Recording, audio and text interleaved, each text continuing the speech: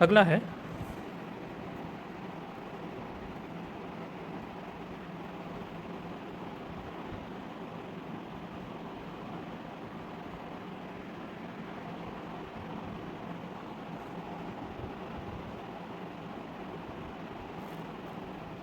Condition of divisibility for algebraic function. सबसे पहला condition है, suppose x to the power n plus y to the power n दिया हुआ है, तो ये एग्जैक्टली डिविजिबल होगा x प्लस वाई के इफ n इज ऑड। अगर n का वैल्यू कैसा है, ऑड है, तो x to the power n plus y to the power n exactly divisible होगा x प्लस वाई के। सेकेंड है, x to the power n plus y to the power n ये कभी भी डिविजिबल नहीं होगा x माइनस वाई के अगर n का वैल्यू इवन या ऑड हो। ठीक है, इवन भी हो या ऑड हो, ये x to the power n plus y to the power n x minus y से डिवाइड नहीं होगा। तीसरा, x to the power n minus y to the power n ये एग्जैक्टली डिविजिबल होगा x माइनस वाई के if n का value even हो या ऑड हो। ओके, तो ये है divisibility condition for algebraic function. यहाँ पे हम कुछ अलजेब्रिक इक्वेशन देखते हैं, that is first is a square plus B square, so this is A square plus B square plus 2ab। ऐसे बहुत सारे होंगे, आप लोग और चेकआउट कीजिएगा, मैथ बुक में आप लोग को मिल जाएगा। ये फॉर्मूला आप लोग को जितना याद रहेगा उतना अच्छा है। A minus B whole square, so A square plus B square minus 2ab। Next is A square minus B square, so this is A plus B and A minus B. This is A plus B cube, so this will be a cube plus 3a square b plus 3ab square plus b cube. This is a minus b cube, so this will be a cube minus 3a square b plus 3ab square minus b cube plus b cube. So this will be a plus b a square minus ab plus b square.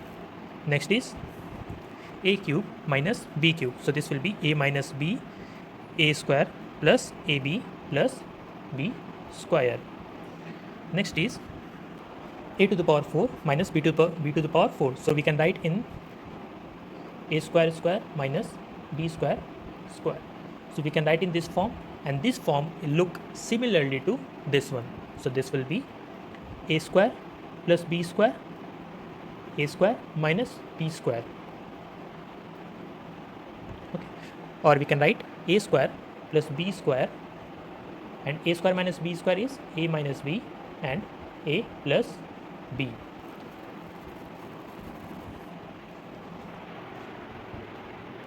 Next topic है factors of composite number. तो देखो, composite number पहली बात तो किसको बोलते हैं? Composite number actually में नेचुरल नंबर है which are not prime. Okay, so composite number are actually not prime number. Okay, so natural number which are not prime number, उसको हम लोग क्या बोलते हैं? Composite number. कंपोजिट नंबर को हम फैक्टराइज कर सकते हैं किसमें? प्राइम फैक्टर में। ओके, जैसे कि सपोज करो हम एक एग्जांपल लेते हैं 9 को हम किस फॉर्म में लिख सकते हैं? 3 इंटू 3 16। इसको हम किस तरह से लिख सकते हैं? चलो 18। इसको हम किस तरह से लिख सकते हैं?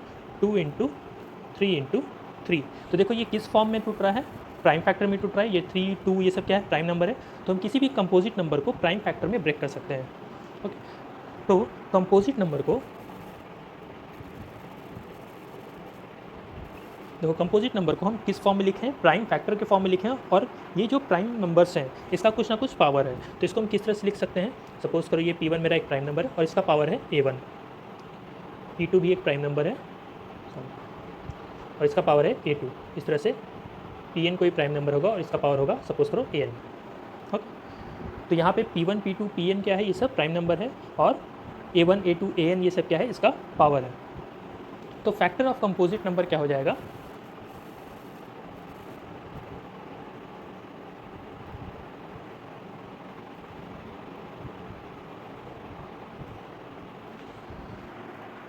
फैक्टर ऑफ कंपोजिट नंबर क्या हो जाएगा, a1 + 1 into a2 + 1 into an + 1।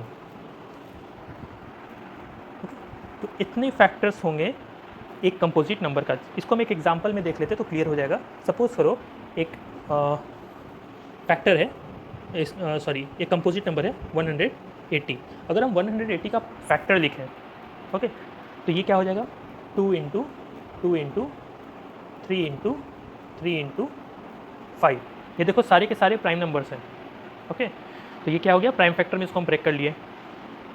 इसके पावर्स कितने हैं, 2 का पावर कितना होगा 2, 3 का पावर कितना होगा 2, 5 का पावर कितना होगा 1। तो इसके टोटल कितने फैक्टर्स होंगे ये हम कैसे बताएंगे, तो इसके फैक्टर्स जो हैं वो हो जाएंगे 2 + 1। हम क्या करेंगे, पावर को 1 से ऐड करेंगे और फिर मल्टीप्लाई कर देंगे, 2 + 1 और 1 + 1, 3 इंटू 3 इंटू 2, यानी कि टोटल 18 फैक्टर्स होंगे। एक और एग्जांपल देख लेते हैं, फैक्टर्स ऑफ, सपोज करो हमको 18 का निकालना है, ठीक है ना। 18 एक कंपोजिट नंबर है, इसका हमको क्या निकालना है, फैक्टर्स निकालना है, कितने फैक्टर्स होंगे 18 के। तो इसको हम किस फॉर्म में लिखेंगे, 2 इंटू 3 इंटू 3 इस फॉर्म में लिखेंगे, यानी कि 2 to the power 1, 3 to the power 2। Now इसका पावर कितना है 1, इसका पावर कितना है 2, तो कितने फैक्टर्स हो जाएंगे।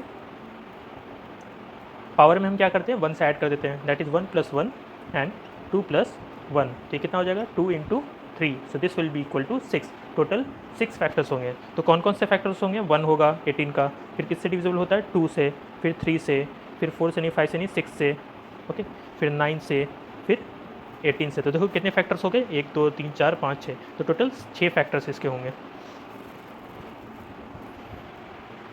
नेक्स्ट है, सपोज कोई किसी नंबर का एक फैक्टोरियल दिया हुआ है, हमको काउंट करना है कि उसके एंड में कितने जीरोज़ होंगे, ठीक है। किसी भी नंबर का, सपोज n एक नंबर दिया हुआ है, इसका फैक्टोरियल दिया हुआ है, तो हमें पता करना है कि अगर हम इसका फैक्टोरियल निकालेंगे तो उसके एंड में कितने जीरोज़ होंगे। सपोज 10, ठीक, तो 10 फैक्टोरियल दिया हुआ है, तो हमको काउंट करना है कि 10 फैक्टोरियल को जब हम कैलकुलेट करेंगे तो उसके एंड में कितने जीरोज़ आएंगे। तो इसका टेक्निक क्या है, सबसे पहले जो मेरा काउंटिंग नंबर है, ओके, n, सपोज करो यहाँ पे n का फैक्टोरियल निकालना था, तो n डिवाइडेड बाई 5 करेंगे, plus n divided by 5 square करेंगे, plus n divided by 5 cube करेंगे। इस तरह से हम करते चले जाएंगे जब तक जो डिनोमिनेटर का जो पार्ट है वो न्यूमरेटर से बड़ा ना हो जाए, ठीक है। तो उस टर्म को हम क्या करेंगे, एलिमिनेट करेंगे, क्योंकि उसके बाद क्या होगा, डेसिमल टर्म आने लगेगा, तो उस टर्म को हम एलिमिनेट करेंगे। ये इसका शॉर्टकट मेथड है। सपोज करो हमें निकालना है 500 का फैक्टोरियल के एंड में कितने जीरोज़ आते हैं, हमें ये कैलकुलेट करना है। तो हम क्या करेंगे, 500 divided by 5 plus 500 divided by 5 square plus 500 divided by 5 cube. 5 cube कितना होता है 125, plus 500 divided by 5 to the power 4 which is 625, ठीक है। तो 625 क्या है, 500 से बड़ा है, तो हम सिर्फ इतने दूर को ही कैलकुलेट करेंगे। तो देखो 500 divided by 5 that is 100, plus 500 divided by 25, so this will B 20, plus 120, 500 divided by 125, ठीक है। तो 125 से करेंगे तो मिनिमम नंबर कितना आना चाहिए जिससे डिवाइड होगा 4, ठीक है। 125 4 टाइम्स से 500 आएगा, तो ये टोटल मेरा कितना आ जाएगा, दैट इज़ 124 जीरोज़ आएंगे एंड में। एक और एग्जांपल देखते हैं, 132, ठीक है। 132 का फैक्टोरियल में लास्ट में कितने जीरोज़ आएंगे, तो हम क्या करेंगे, 132 divided by 5 plus 132 divided by 5 square that is 25, plus 132 divided by 5 cube that is 125, plus 132 divided by 5 to the power 4। अब देखो 5 to the power 4 132 से ज़्यादा हो जाएगा, इस टर्म को हम हटा देंगे। अब यहाँ पे एग्जैक्टली डिविजिबल नहीं है, ओके। तो 5 कितने टाइम्स करेंगे जो इसका मिनिमम नंबर आ जाए, ठीक है। जैसे 130 तो 5 से डिवाइड हो जाएगा, तो हम कितने टाइम्स में करेंगे, दैट इज़ 6। तो 26 टाइम्स में कितना आएगा 130, उसके बाद क्या होगा 132 से एक्सीड कर जाएगा, तो हम सिर्फ 26 रखेंगे यहाँ पे। 25 को अगर हम इससे डिवाइड करेंगे तो 25 इंटू 5 दैट इज़ 125, फिर 125 के बाद क्या हो जाएगा, एक्सीड कर जाएगा, तो 25 इंटू 5 दैट इज़ 125, 6 टाइम करेंगे तो ये 150 हो जाएगा, दैट इज़ ग्रेटर दैन 132। 125 को कितनी टाइम्स करेंगे, 1 टाइम्स, उसके बाद क्या होगा, ये 132 से एक्सीड कर जाएगा, जब एक्सीड कर जाएगा तो हम उस वैल्यू को नहीं लेंगे। तो यहाँ पे कितना आएगा, 26 + 5 + 1 दैट इज़ 32। तो 132 का अगर फैक्टोरियल करेंगे तो लास्ट में कितने आएंगे, 32 ज़ीरोज़ आएंगे। अगला है साइक्लिसिटी।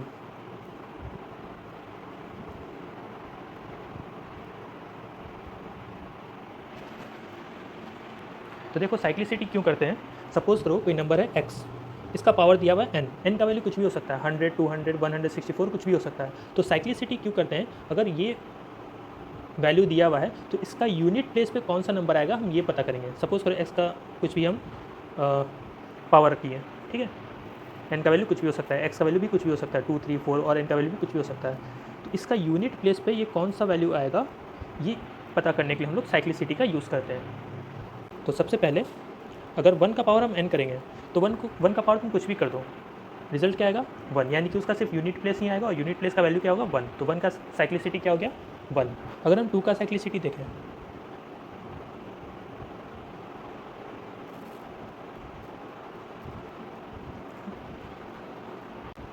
तो 2 का पावर 1 कितना होगा, 2, 2 का पावर 2 दैट इज़ 4, 2 का पावर 3 8, 2 का पावर 4 16, 2 का पावर 5 32, 2 का पावर 6 64, 2 का पावर 7 128।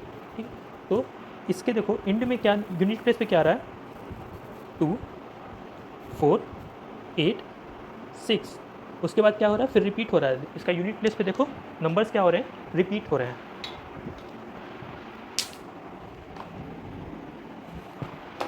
इसके यूनिट प्लेस पे देखो नंबर क्या हो रहा है, रिपीट हो रहा है। सबसे पहले 2 4 6 8 6 आया, फिर क्या है 2 4 8, फिर कितना आता है 2 का पावर 8 दैट इज़ 256, तो यूनिट प्लेस पे क्या है 6। तो 2 4 8 6 ये क्या होगा, रिपीट होते चल जाएगा। तो इसका साइक्लिसिटी कितना हो गया, 2 4 8 6 एंड रिपीटेड। नेक्स्ट है साइक्लिसिटी ऑफ 3। अगर हम साइक्लिसिटी ऑफ 3 करें तो देखो 3 का कितना होता है साइक्लिसिटी, 3 9, 3 का स्क्वायर 9, 3 का cube 27, 3 to the power 4 81, 3 to the power 5 2 43, 3 to the power 6 7 29 और इस तरह से चलता चला जाएगा। तो देखो इसका साइक्लिसिटी क्या हो गया, इसके यूनिट प्लेस पे कौन सा वैल्यू आ रहा है, 3 9 7 1। ओके, फिर से क्या हो रहा है 3 9 और क्या आएगा 7 1। तो इसका साइक्लिसिटी कितना हो गया, 3 9 7 1। उसके बाद क्या हो रहा है, यूनिट प्लेस इसका क्या हो रहा है, रिपीट हो रहा है, फिर से 3 फिर से 9। ठीक है, तो यूनिट प्लेस क्या हो रहा है, रिपीट हो रहा है। तो इसका साइक्लिसिटी कितना हो गया, 3 9 7 1। अगला है साइक्लिसिटी ऑफ 4। तो 4 का पावर 1 कितना होता है, 4, 4 का पावर 2 16, 4 का पावर 3 64, 4 का पावर 4 256। तो देखो यहाँ पे क्या हो रहा है, रिपीट हो रहा है यूनिट प्लेस 4 6 4 6। तो 4 का साइक्लिसिटी कितना हो गया, 4 और 6। अगला है साइक्लिसिटी ऑफ 5। तो 5 का देखो 5 का पावर 1 कितना होता है, 5, 5 का पावर 2 25, 5 का पावर 3 125, 5 का 4 5 टू द पावर 4 625। तो देखो इसका यूनिट प्लेस पे क्या आ रहा है, सिर्फ 5। ठीक है, तो इसका यूनिट प्लेस क्या होगा, हमेशा 5 होगा। नेक्स्ट है साइक्लिसिटी ऑफ 6। तो 6 टू द पावर 1 करेंगे तो क्या होगा 6, 6 to the power 2 36, 6 to the power 3 216, 6 to the power 4 1296। Okay, तो इसका इंड में क्या आ रहा है, सिर्फ 6 आ रहा है। तो इसका साइक्लिसिटी क्या होगा, इसका यूनिट प्लेस पे कौन सा डिजिट होगा, सिर्फ और सिर्फ 6। नेक्स्ट है साइक्लिसिटी ऑफ 7। तो 7 का पावर 1 7, 7 का पावर 2 49, 7 का पावर 3 343, 7 का पावर 4 2401, 7 का पावर 5 दैट इज़ 16807। ओके, तो यहाँ पे देखो अब क्या होगा, ये रिपीट होगा। तुम और कैलकुलेट करके देख लेना, इसके बाद रिपीट होना चाहिए। तो देखो इसका यूनिट प्लेस क्या होता है, 7 9 3 एंड 1, फिर क्या हो गया 7। उसके बाद तुम 7 का पावर 6 करके देखना, उसका यूनिट प्लेस पे 9 आएगा, तो ये क्या होगा, फिर रिपीट होते चला जाएगा। तो इसका साइक्लिसिटी कितना हो गया, 7 9 3 1। नेक्स्ट है साइक्लिसिटी ऑफ 8। तो साइक्लिसिटी ऑफ 8 में क्या होगा, 8 का पावर 1 कितना होता है 8, 8 का पावर 2 कितना होता है 64, 8 का पावर 3 कितना होता है 512, 8 का पावर 4 कितना होगा 4096। ठीक है, तो देखो अब ये क्या हो रहा है, रिपीट हो रहा है। तो सबसे पहले 8 4 2 6, इसके बाद क्या होगा 8 का पावर अगर हम 5 करते हैं तो 7 2 3। ठीक है, तो अब देखो अब क्या होने लगा, इसका यूनिट प्लेस क्या हो रहा है, रिपीट हो रहा है, यानी कि इसका यूनिट प्लेस का साइक्लिसिटी कितना होगा 8 4 2 6, फिर क्या आ रहा है 8, तो इसका साइक्लिसिटी कितना हो गया 8 4 2 6, इसका यूनिट प्लेस पे अब इसके बाद क्या हो रहा है, रिपीट हो रहा है। नेक्स्ट है साइक्लिसिटी ऑफ 9।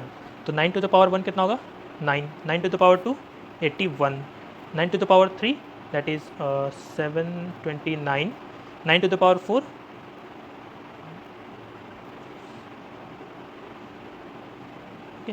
अब देखो ये क्या हो रहा है, रिपीट हो रहा है 9 1 9 1, इस तरह से ही रिपीट होगा। तो इसका साइक्लिसिटी कितना हो जाएगा 9 1 9 1, इसके बाद क्या हो रहा है, रिपीट हो रहा है, तो इसका साइक्लिसिटी कितना होगा 9 और 1। तो देखो साइक्लिसिटी टेबल को हम लोग आसानी से याद कर सकते हैं। 0 का साइक्लिसिटी 0 होगा, 1 का 1 होगा, 5 का 5 होता है, 6 का 6 होता है। अब देखो हमको सिर्फ 2 3 का याद रहेगा तो 7 8 का भी हमको याद हो जाएगा। तो 2 3 का क्या है 2 4 8 6, ये तुमको याद हो जाएगा। 3 का क्या है 3 9 7 1। 7 का क्या होगा, बस हम 7 से इसको रिवर्स कर देंगे। ठीक है, 7 से इसको रिवर्स कर देंगे तो 7 का क्या होगा 7 9 3 1, 7 9 3 1। 8 का क्या होगा, हम 8 से इसको रिवर्स कर देंगे, 8 4 2 6, 8 4 2 6। और 9 का क्या होगा 9 और 1।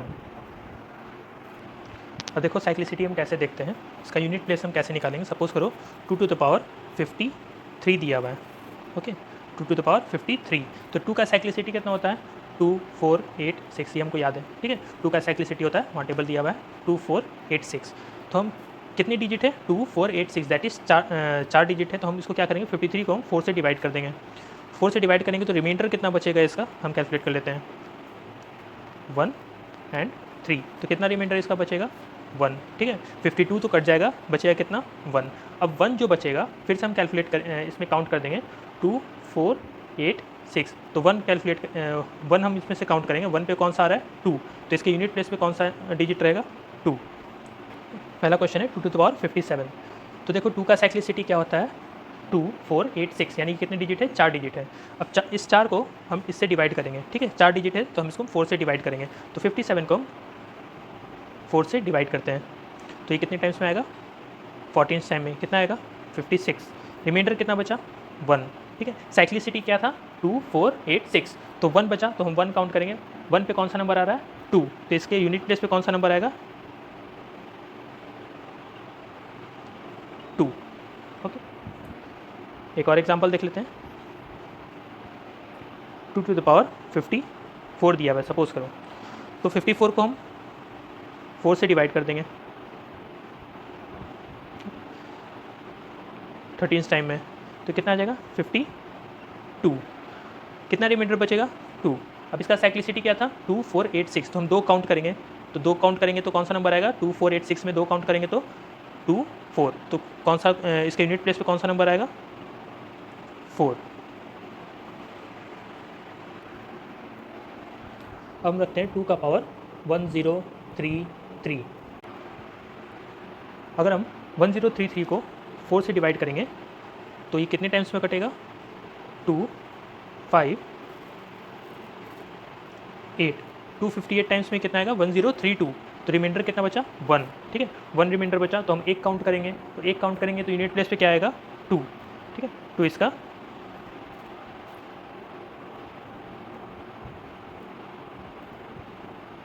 यूनिट प्लेस पे कितना आएगा 2।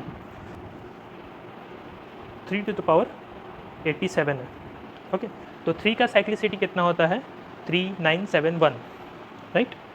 अब हम इसको कितने नंबर है 4 नंबर है 3971, 4 नंबर है, तो हम 87 को क्या करेंगे 4 से डिवाइड करेंगे, 4 से डिवाइड करेंगे, तो 21 टाइम्स में ये कितना आएगा 84, कितना बचा 3, रिमाइंडर कितना बचा 3। तो हम इसको काउंट करेंगे, इसका साइक्लिसिटी कितना था 3, 9, 7, 1। तो हम 3 काउंट करेंगे 1, 2, 3। थर्ड प्लेस पे कौन सा है 7, तो इसकी यूनिट प्लेस पे क्या आएगा 7। सपोज 42 टू द पावर 38 दिया है इनटू 73 टू द पावर 26, अगर ये क्वेश्चन दिया है तो 2 का साइक्लिसिटी कितना होता है 2486 और 3 का कितना होता है 3971। तो देखो इसका अगर हम यहाँ पे क्या है 2, इसके यूनिट प्लेस पे क्या है 2, तो 2 का साइक्लिसिटी क्या होता है 2486, 4 डिजिट, तो हम इसको क्या करेंगे 4 से डिवाइड कर देंगे। तो 38 को अगर हम 4 से डिवाइड करेंगे तो कितना आएगा 9 टाइम्स में 36, 2 रिमाइंडर आ रहा है राइट। और यहाँ पे क्या होगा अगर हम 26 को 3 का भी साइक्लिसिटी कितना है 4 साइक्लिसिटी है, तो इसको हम 4 से डिवाइड करेंगे तो ये कितना आएगा 6 टाइम में 24, 2 रिमाइंडर आएगा। ठीक है, तो 2 रिमाइंडर आ रहा है तो हम काउंट करेंगे 2 के साइक्लिसिटी में, दैट इज़ 2, 4। तो यूनिट प्लेस पे क्या आएगा 4 आएगा इसका, और इसके यूनिट प्लेस पे क्या आएगा, इसका साइक्लिसिटी क्या है 3971। तो इसके यूनिट प्लेस पे क्या आएगा 2 काउंट करेंगे दैट इज़ 3, 9, तो क्या आएगा 9। तो 4 × 9 अगर कर देंगे तो कितना आएगा यूनिट प्लेस पे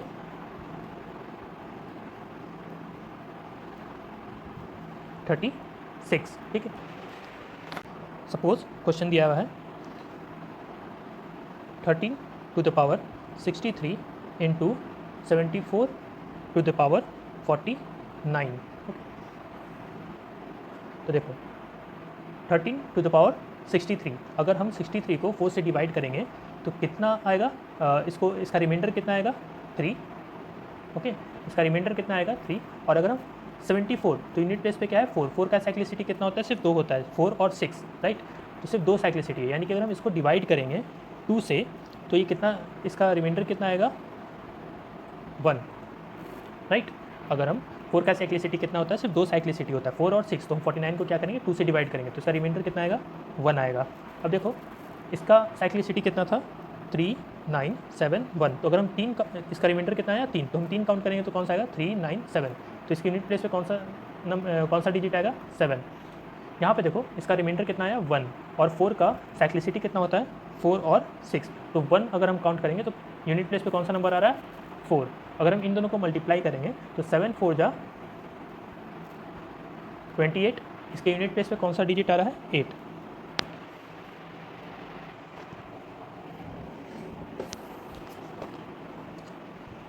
अगला है रिमाइंडर थ्योरम। तो रिमाइंडर थ्योरम के अकॉर्डिंग सपोज करो तुम्हारे पास नंबर है x, y, z। अगर हम इसको किसी एक नंबर से डिवाइड करते हैं, दैट इज़ सपोज करो n से अगर हम डिवाइड करते हैं तो इसका रिमाइंडर कितना होगा, इसका रिमाइंडर का एक्सप्रेशन कितना होगा, दैट इज़ सपोज करो हम x को n से डिवाइड किए तो कुछ इसका रिमाइंडर आया। ठीक है, x का कुछ रिमाइंडर आया। y को हम n से डिवाइड किए तो y का भी कुछ रिमाइंडर आया। z को अगर हम n से डिवाइड किए तो z का भी कुछ रिमाइंडर आया। ओके, तो अगर हम इसके रिमाइंडर्स को मल्टीप्लाई करेंगे तो हमको इस इक्वेशन के रिमाइंडर्स का पता चल जाएगा। Okay, for example 13 into 18 into 22, अगर हम इसको डिवाइड करें 7 से तो इसका रिमाइंडर कितना आएगा, रिमाइंडर का एक्सप्रेशन कितना होगा। देखो अगर हम 13 को 7 से डिवाइड करें तो रिमाइंडर कितना आना चाहिए 6। 18 को अगर 7 से डिवाइड करेंगे तो इसका रिमाइंडर कितना आना चाहिए 4। 22 को अगर हम 7 से डिवाइड करेंगे तो इसका रिमाइंडर कितना आना चाहिए 1 डिवाइडेड बाई 7, तो ये कितना आएगा 24/7। ओके, अब 24/7 को फिर से हम ब्रेक करेंगे। 24/7 को हम किस फॉर्म में लिख सकते हैं 7 × 3 दैट इज़ 21 + 3/7। तो इसका रिमाइंडर कितना आएगा। सपोज करो एक एग्जांपल ले रहे हैं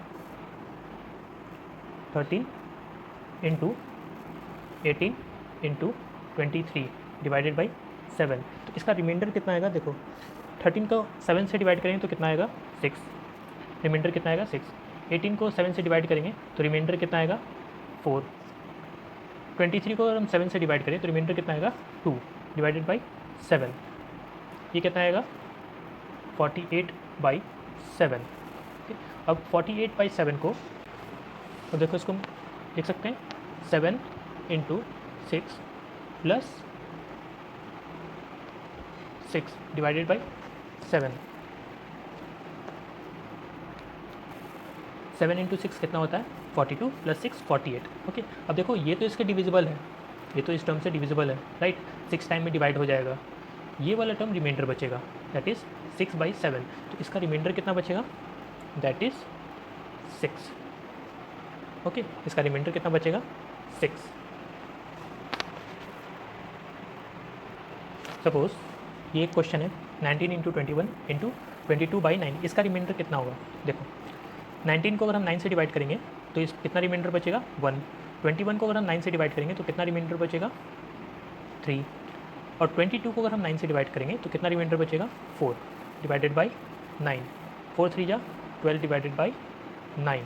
और अगर हम इसको इस फॉर्म में लिखें दैट इज़ 9 + 3 डिवाइडेड बाई 9, तो कितना रिमाइंडर बचना चाहिए। देखो इसका रिमाइंडर कितना बचेगा, ये तो टोटल कैंसिल हो जाएगा, प्लस कितना हो रहा है 3/9, तो इसका रिमाइंडर कितना बचेगा दैट इज़ 3। ओके,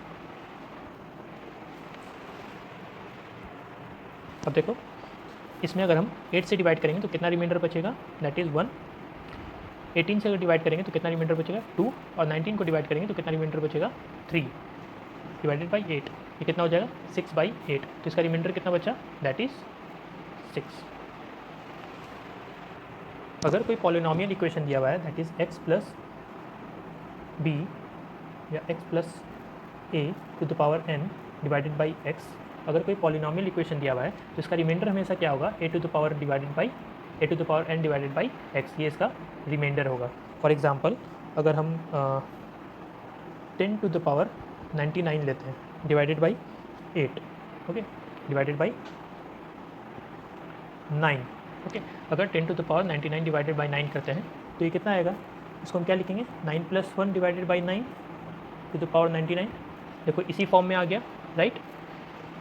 तो इसका रिमाइंडर कितना होगा 1⁻99 divided by 9, that is equal to, that is remainder कितना हो जाएगा 1। ओके, नेक्स्ट है 9⁻100 डिवाइडेड बाई 7। अगर हम इसको करेंगे तो देखो क्या आएगा 7 + 2⁻100 डिवाइडेड बाई 7, यही आएगा। अब इसका रिमाइंडर क्या बचना चाहिए 2⁻100 डिवाइडेड बाई 7। ओके, 2⁻100, तो अगर हम इसको 8 के फॉर्म में लिख सकते हैं तो कैसे लिखेंगे 2⁻3 इंटू 2 का cube whole cube 33 into 2 divided by 7, तो ये क्या आ जाएगा 8⁻33 इंटू 2 डिवाइडेड बाई 7। अब 8 को हम क्या लिख सकते हैं 7 + 1⁻33 इंटू 2 डिवाइडेड बाई 7। अब इसका रिमाइंडर कितना आएगा, देखो इसी प्रीवियस फॉर्म में दिया हुआ था x + a⁴n divided by x के फॉर्म में, तो इसका रिमाइंडर कितना आएगा 1⁻33 डिवाइडेड बाई 7 इंटू 2। तो 1⁻33 कितना होता है 1 ही होता है, तो this will be equal to 2/7, 2/7। तो इसका रिमाइंडर कितना आएगा दैट इज़ इक्वल टू 2। अगला है सपोज़ करो एक नंबर दिया हुआ है a, अगर इस नंबर को हम x y z से डिवाइड करते हैं, अगर इस नंबर को x y z से डिवाइड करते हैं तो रिमाइंडर कितना आएगा। सपोज़ करो रिमाइंडर आ रहा है x - b, y - b और z - b, ये इसका रिमाइंडर आ रहा है। तो हमको पता करना है ये नंबर कितना होगा। तो इसका फॉर्मूला क्या है, अगर इस तरह से रिमाइंडर आ रहा है x - b, y - b और z - b, इस तरह से नंबर इसका रिमाइंडर आ रहा है, अगर इस नंबर को हम इससे डिवाइड कर रहे हैं तो इस नंबर को हम कैसे फाइंड आउट कर सकते हैं that is equal to n into LCM of x y z minus b। तो इस तरीके से हम इसको कैलकुलेट कर सकते हैं। फॉर एग्जांपल एक नंबर है सपोज़ करो जिसको हम डिवाइड किए हैं, सपोज़ करो एक नंबर है a जिसको हम डिवाइड किए हैं 5, 6 और 7 से, ठीक है 5, 6 और 7 से, इसको अगर हम डिवाइड कर रहे हैं और 3, 4, 5 एज ए रिमाइंडर आ रहा है, ठीक है, ये रिमाइंडर आ रहा है। तो इसको हम किस तरह से लिख सकते हैं, इसको हम लिख सकते हैं 5 - 2, 3 को, 4 को लिख सकते हैं हम 6 - 2, 5 को लिख सकते हैं 7 - 2, राइट। तो ये किस फॉर्म में आ रहा है, x - b, y - b, z - b, ठीक है। यहाँ पे b का वैल्यू क्या है 2, तो हमको पता करना है ये a का वैल्यू क्या होगा। तो a इक्वल टू क्या हो जाएगा n इंटू एलसीएम ऑफ क्या हो जाएगा 5 6 7 5 6 7 माइनस 2। तो एलसीएम ऑफ 5 6 7 कितना आएगा, that will be equal to 210 minus 2, so this will be equal to 208। ये पहला केस है। सेकेंड केस क्या है, एक नंबर है a, उसको हम x y z से डिवाइड किए और तीनों का रिमाइंडर क्या आ रहा है कॉमन b। तो इस नंबर को हम कैसे फाइंड करेंगे, इसका फॉर्मूला है n इंटू एलसीएम ऑफ, देखो n का वैल्यू कुछ भी हो सकता है, ठीक, 1 2 3 4, तो लीस्ट नंबर निकालने के लिए हम n का वैल्यू 1 रखते हैं। तो LCM of x y z plus उसमें क्या कहते हैं माइनस b किए थे, यहाँ पे क्या करेंगे प्लस b।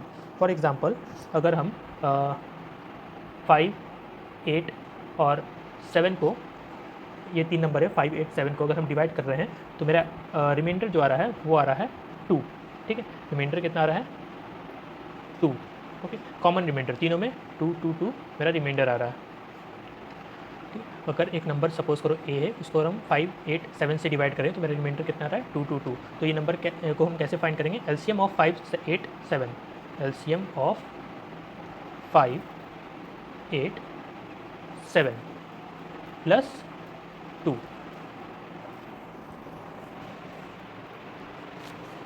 तो एलसीएम ऑफ 5 8 7 कितना आएगा 280 प्लस 2, तो इसका आंसर कितना आएगा 282, यानी कि नंबर कौन सा है 282। तीसरा कंडीशन क्या है, सपोज करो एक नंबर है a, ओके, और इस a नंबर में अगर हम किसी एक नंबर से हम ऐड कर दें तो ये नंबर एग्जैक्टली डिविजिबल होगा x y z से, ठीक है। कंडीशन क्या है, एक नंबर दिया हुआ है, उसमें अगर हम कोई एक नंबर से एक कांस्टेंट वैल्यू से अगर हम उसमें ऐड कर देते हैं तो वो एग्जैक्टली डिविजिबल हो जाएगा ये तीनों नंबर के। तो इस नंबर को हम कैसे फाइंड करते हैं, that will be same as n into LCM of x y z minus b। Suppose एक एग्जांपल ले लेते हैं 5 6 7, तो 5 6 7 से अगर हम सपोज करो एक नंबर को डिवाइड कर रहे हैं और उस